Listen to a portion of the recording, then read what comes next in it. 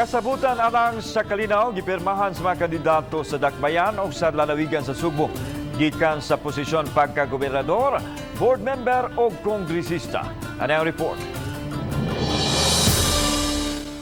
Hapsay, limpyo matinud-anon ug malinawon nga pinili ay sumaabot Mayo 9 nga eleksyon.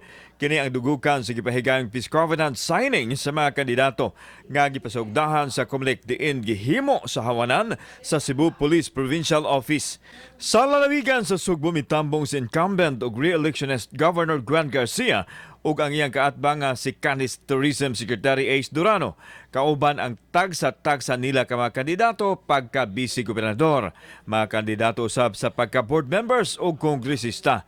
Diha usab ang DILG, PNP, AFP, election watchdog nga si Simpel. Gibuksan ang kalihukan pinagi sa interfaith prayers ug sa mga pamahayag sa mga participants. I just want to remind the candidates that this covenant is a covenant made by God to his fellow men.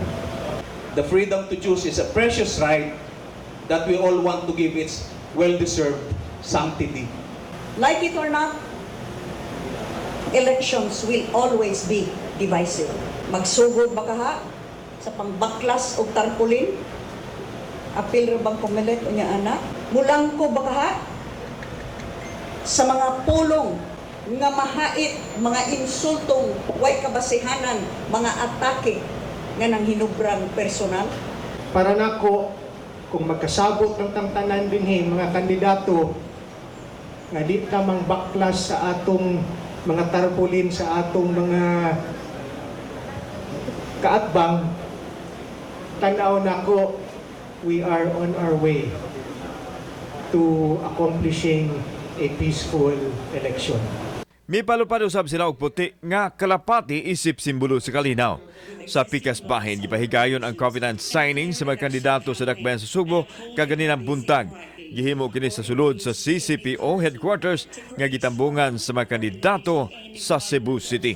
To have their commitment to practice what should be done for this election, that it should be for a safe election. Kauban si Clover Lumayag, ako si Alan Domingo. Balitag, Bisdak.